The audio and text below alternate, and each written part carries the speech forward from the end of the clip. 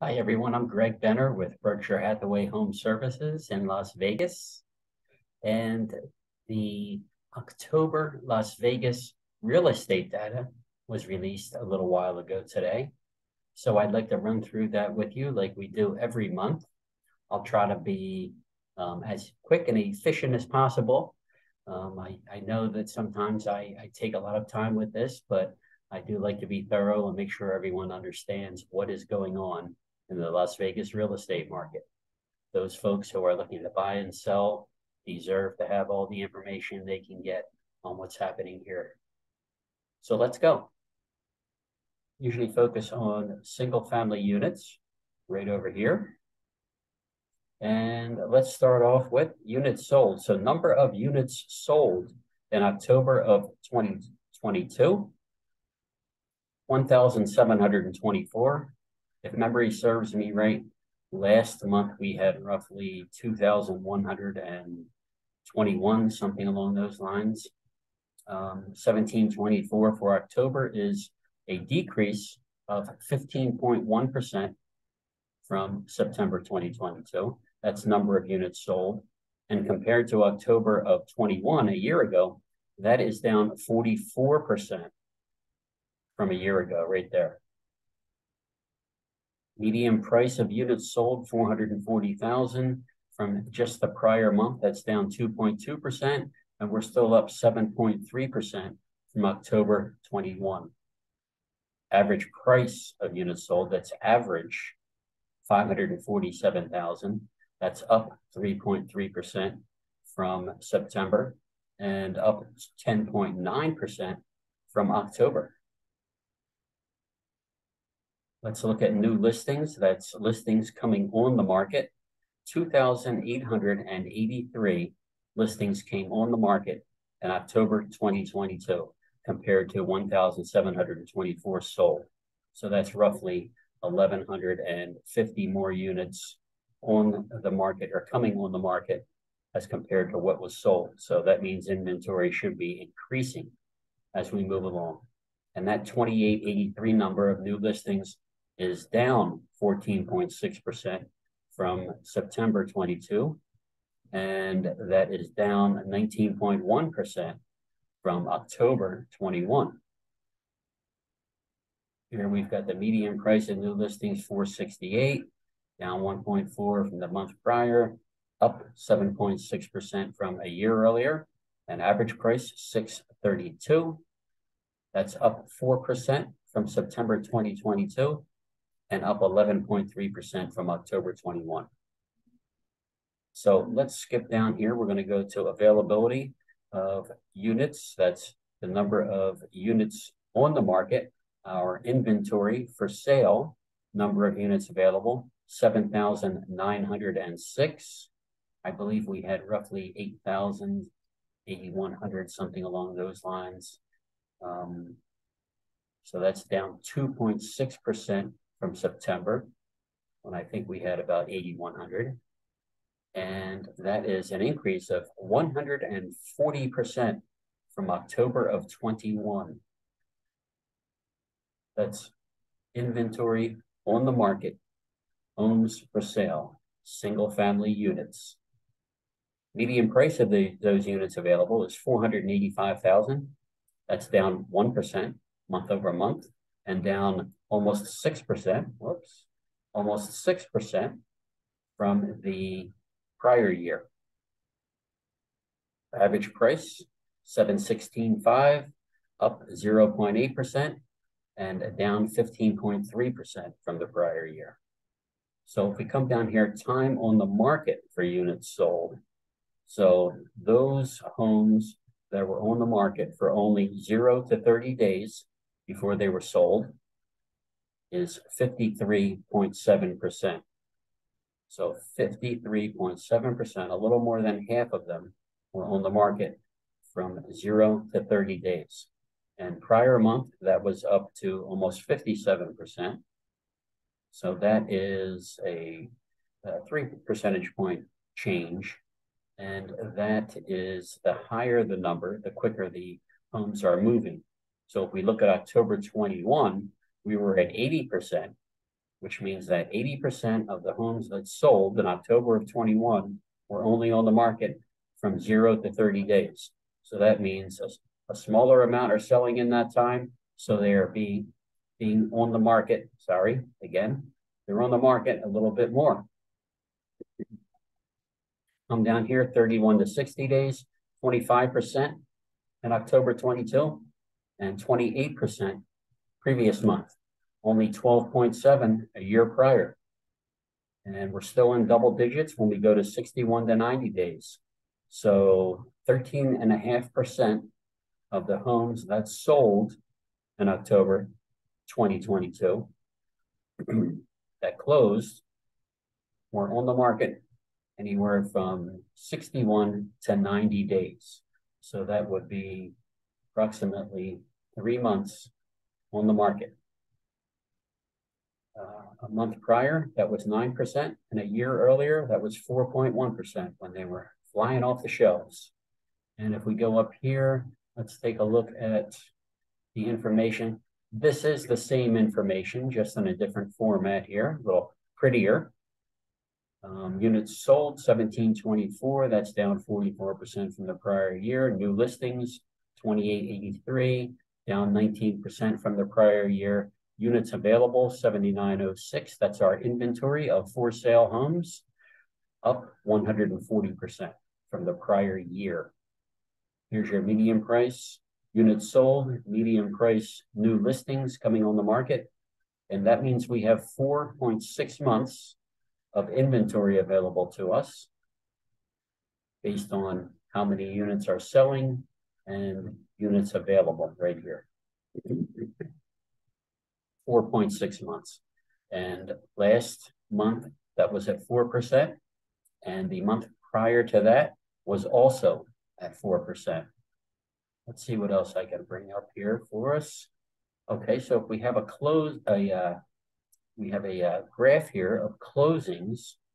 So that is the number of units which have actually closed in the month. And you can see how we're sliding down here in 2022. And let's see, this goes back to 2015. So it looks like we may be at the lowest point since 2015 right here in the Las Vegas market for the number of closings which are taking place. It's a usual up and down period right here. And as you can see, towards the end of the year and the beginning of the following year, we usually do have our downturn here. Springtime, things are popping, early summer, and we slide on down after that. Of course, here is when the things hit us back down in here. Looks like we're even lower than that right now, to be honest with you, back when things were shut down. We came up after that, increase, high on up there, and sliding on down. Inventory was lower, and now we've got the mortgage rates increasing month by month. Okay, let's see here. Single family, all right, median closing price, you can see that has gone up and then has turned the corner, and we're trending downward right now. Still at 440. We're up close to 500,000 back here. Back in probably May, June, somewhere around there. Number of new listings. I'm not sure if you can see this well at home. Let's see here. So we have the same type of graph here where we head down towards the second half of the year here pretty steadily as we go along, as you can see each year. And we're doing the same thing just from a higher vantage point. Whoops, where was that? There we go. A higher vantage point we start at and then come on down. Had a pretty steep decline, as you can see, as mortgage rates have risen. This is our inventory of homes on the market. And let's see where we are here as compared to previous. So if we go back before 2020, let's see where we're at. So 8,000, last time we broached 8,000 was about November of 2015, and we did that in September of 22. Now we're hanging around up there at 7,900. So you can see how the inventory of homes on the market has been very low here during the recovery period from the shutdowns, as folks have been just snapping up homes. Mortgage rates at historical lows. And as the mortgage rates have increased, so, and the house prices at the same time also, so too have the inventories. Let's see what else I have here. Okay, 4.6 months of inventory. So that is the highest we've been since 2015, and that we can tell. I don't have data here available, of course, going previous to that. So 2, 3, 4, 5, 6, 7, 8. So for the past 8 years, we are at the highest point we've been. Time on the market, 30 days or less. You can see that we are coming back down here. So less homes are selling in 30 days or less, which means that they're on the market a bit longer. And back in 2019, we're comparable to 2019. You can see things were moving quicker in the past couple of years. 2020, let's skip over that. That was an anomaly. 2018, things were moving quicker. 2017 quicker, about 16 looks about the same, and 15 was even less. Let me take a look here. We've got our data here, a little bit different presentation. Number of units sold. Latest period 1724. Prior period, that would be September 2030, and a year ago 3,077. So there's your percentages we ran through. Average price and median price of units sold.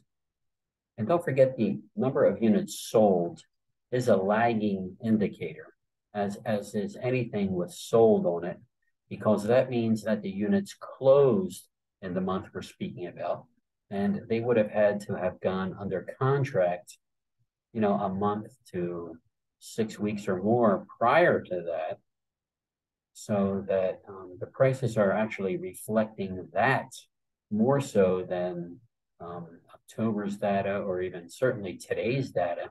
Now that mortgage rates have changed again, this could have been, they could have gone under contract before the Fed had made 2 of their last moves. So this is old data that we're looking. It's just released, but it reflects old trends that were happening. So we've got number of available units without offers, 7,906. And of course, that is not a lagging indicator. That is the number that is on the market in October. And that is 8121 September, only 3287 a year prior.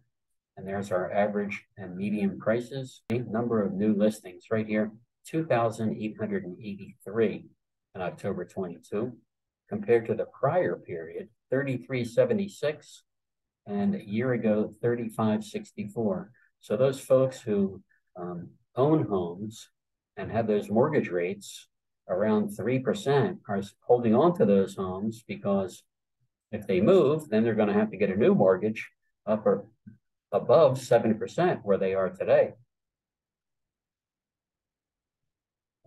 Effective months of inventory, 4.6% current for a month ago, and only 1.1 a year ago. So there you have that, folks. Okay, let me just move on to some things we usually don't take a look at. Okay, folks, so here is today's mortgage rates. And today is November 8th, 2022. Like I said, this is election day. And These rates are for folks with perfect credit and still paying roughly 1.5 for their mortgage. So that is 7.23% for a 30-year fixed conventional loan with perfect credit and paying roughly 1.5 for the mortgage. 15-year fixed, 6.45, 10-year fixed, 6.67, it looks like to me, and a 5/1 arm, 5.53, right there. And you can see how they've climbed in just the past few months here. Look at that, would you? So that's your 30-year fixed. In August, we were down at 5.5%. And here we are up at roughly 7.25% today. So I just wanted to show that to you. And I still have one more thing here to share with you. So here are some things that I found about what's going on. So if we look at what's happening to renters across the U.S., approximately 15% of American households, around 6 million, are behind on their rent this fall. Isn't that something? But here we are, states with the most renters behind on payments. Nevada is not one of them. South Dakota, Alabama, New Jersey, South Carolina, Connecticut. So here we are with this headline. More than a third of U.S. small businesses couldn't pay all their rent in October. Isn't that something? Wow. Rent delinquency rates among U.S. small businesses increased significantly this month, a new report shows.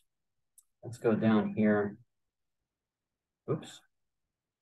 About 49% of restaurants were unable to pay their rent this month, up from 36% in September.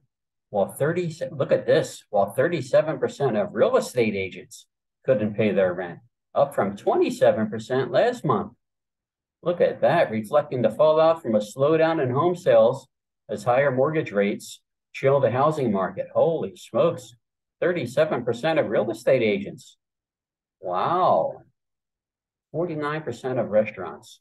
So they're saying total, out of all small businesses, about 37% couldn't pay their rent in full in October.